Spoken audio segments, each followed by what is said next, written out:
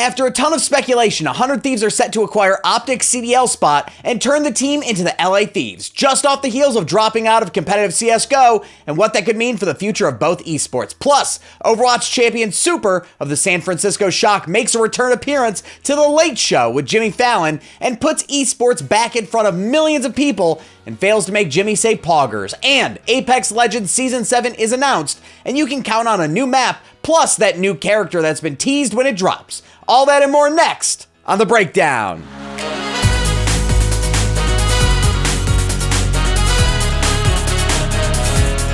100 Thieves set to enter CDL as LA Thieves after leaving CSGO. 2020 has no lack of surprises in the world, and this is just another one to add to the list. After they initially backed out from investing into the CDL when it launched last year, 100 Thieves are now re-entering into the esport for the 2021 season and beyond.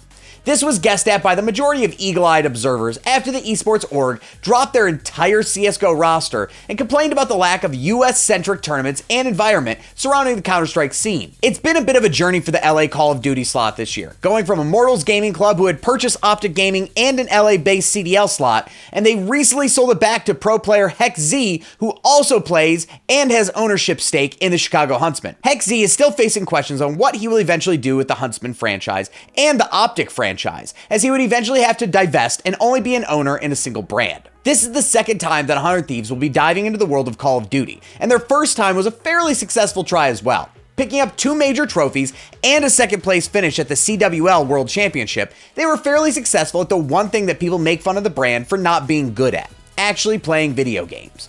And a launch back into the competitive COD scene might be good to help and try to fix the perception problem of the brand as being a good clothing company but not very good at the whole esports thing. After blowing up their CSGO team, 100 Thieves were left with a couple of middling performing esports teams and none that truly stood out. Though the CSGO team went out on a somewhat high note with the championship appearance at the IEM New York tournament, before that the team had been okay at best and not reached the heights that CEO Nadeshot had obviously expected for his teams. So what's next? 100 Thieves is already based out of LA, so no relocation changes are in the near future for the org. There may be some roster changes for the CDL team, but 3 of the 4 players on the roster have been to championships in the past, so it's not a guarantee. But a very strong free agent market after rosters were forced to cut from 5 to 4 players leaves many options on the table. Plus, 2 of the players have even played for 100 Thieves before in their previous COD stints. So we'll have to wait for the real official announcement to know more about what plans Nadeshot and his new crew have in store for one of the premier CDL franchises. Overwatch champion Super appearance on The Tonight Show with Jimmy Fallon. While most of the Overwatch League is in a literal meltdown, with what seems like 75% of all players recently either being released or retiring, and teams in a serious state of what the hell are we doing, the San Francisco Shock, and especially one of their star players, Super, seem to just be chillin'. After winning the Overwatch League Grand Finals 2 weeks ago and securing the prize of $1.5 million in prize money, all while being the first back-to-back champions of the league, now there's another feather to put in their cap. Last year, after winning the championship, Super made an appearance on Jimmy Fallon's The Tonight Show, and now he is back for another back-to-back appearance on the program. Last time he was on, Super was accompanied by former teammate Sinatra, who is now a professional Valorant player, finding plenty of success. But that didn't stop him from having a good time with Jimmy when he showed up.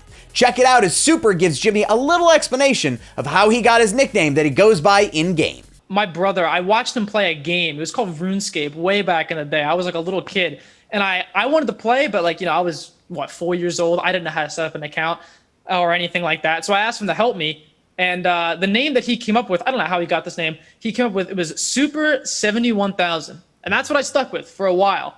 But then at some point, I just decided the numbers look stupid, so I cut off the numbers, and then I just was stuck with Super, and I just kept it. Is there a formula to come up with, how could I come up with my gamer name? I mean, you find inspiration for literally anything. Okay, I could do this little Empire State. I could be Empire. There you go. There you go. I'm not sure if Empire is the most intimidating name that Jimmy Fallon could go by, but hey, anytime you're able to get esports in front of millions and millions of people, it's always going to be a win for the community. If you missed it, we've got the entire interview up on our website, and you can go watch it right now at checkpointxp.com. Apex Legends Season 7 announcement includes new map, legend, and more. Apex Legends is having a moment right now, and it's enjoying a recent surge of popularity. But with the announcement of Season 7, there's about to be a lot of hype behind Respawn's Battle Royale. Launching on November 4th, Ascension, as it is being called, has a ton of new content that is sure to be exciting for both players new and old. If you've been playing at all, you have surely heard of the new legend that has been teased over the past 3 weeks called Horizon, a brilliant scientist that escaped a black hole. We still don't know exactly what her gameplay mechanics are, but they will most likely revolve around gravity manipulation, especially since the tasks to reveal her tease in-game required you to use anti-gravity lifts around the 2 maps that are currently available. And speaking of maps, we are also going to be getting a brand new map named Olympus, home of Horizon, but more importantly, the first map being introduced to the game in many seasons at this point. Both Kings Canyon and World's Edge have been on the receiving end of plenty of criticism, especially since the ranked map pools rotate, spending half a season on one map and the other half on the second one. So how the new map will change the rotation of play will be interesting to see. Another big addition in Season 7 is going to be the very first vehicle in Apex Legends, and it will be called the Trident, a vehicle most likely exclusive to the new map. According to the official blog post, there will be plenty of room for the whole squad, which probably means that the whole squad of 3 players can jump in and start driving around. This is going to be a lot of fun to see when it finally gets rolled out. After the introduction of crossplay recently and the eventual move to expand into the Nintendo Switch market, even though it was delayed again over the weekend, Respawn is putting a ton of work into Apex Legends right now, and it's nice to see it's holding its own in a world of Fortnites out there. That's it for the news today. Thanks so much for hanging out with us. We're always posting brand new content right here on our YouTube channel, but did you know that Checkpoint XP is the only syndicated radio show in over 70 cities across the US and Canada that talks exclusively esports and video games? If you go to our website at checkpointxp.com, you can see where we're airing and if we're in a city near you. My name's Weirdbeard, and Mario Kart Live is a total joke. Sorry, Mario. Still love you, though.